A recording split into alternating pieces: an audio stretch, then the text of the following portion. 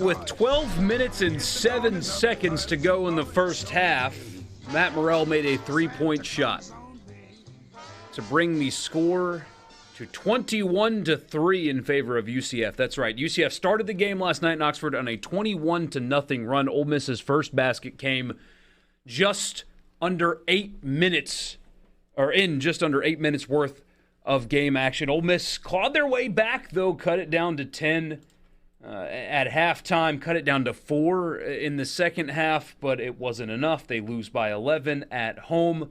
On the surface, UCF is certainly not a bad loss. They are a team that is top 60 in the metrics, and Ole Miss right now, if you look at their resume, the L's are all fine. Oklahoma will not hurt you.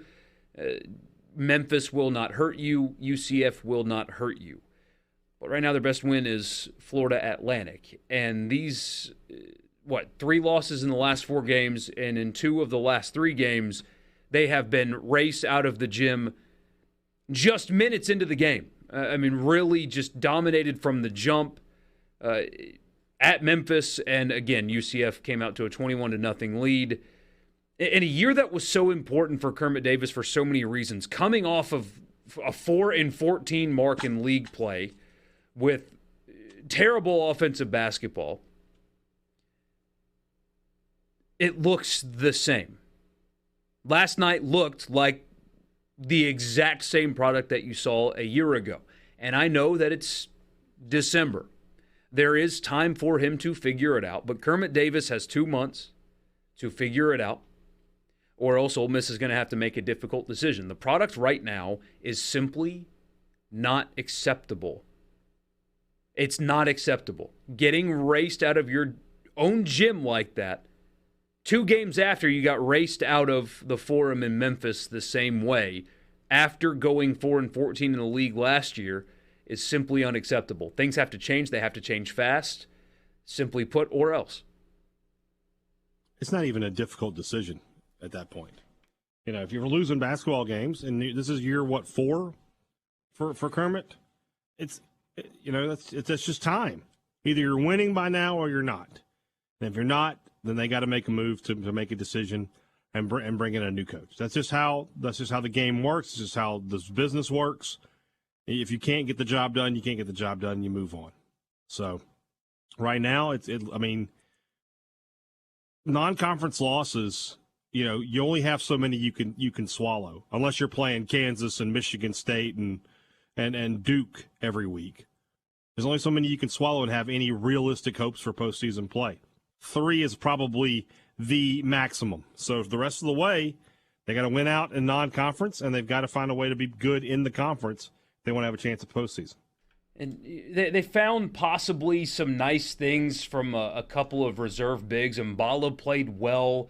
Ewan played well. Those guys need to start at this point. At least they bring energy. But right now, Ruffin, he's not 100%. He really can't give them much offensively. They don't have anybody that can make shots consistently.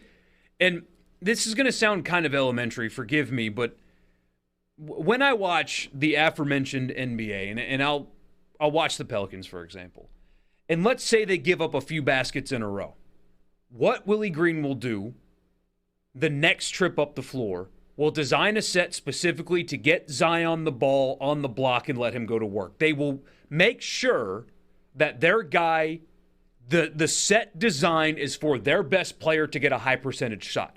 Happens with the Grizzlies, happens with Devin Booker, happens all over the NBA. If things don't go well for you after a couple of possessions, it's set for Zion. Right here, we'll get you on your left hand, and you go make a play like you do.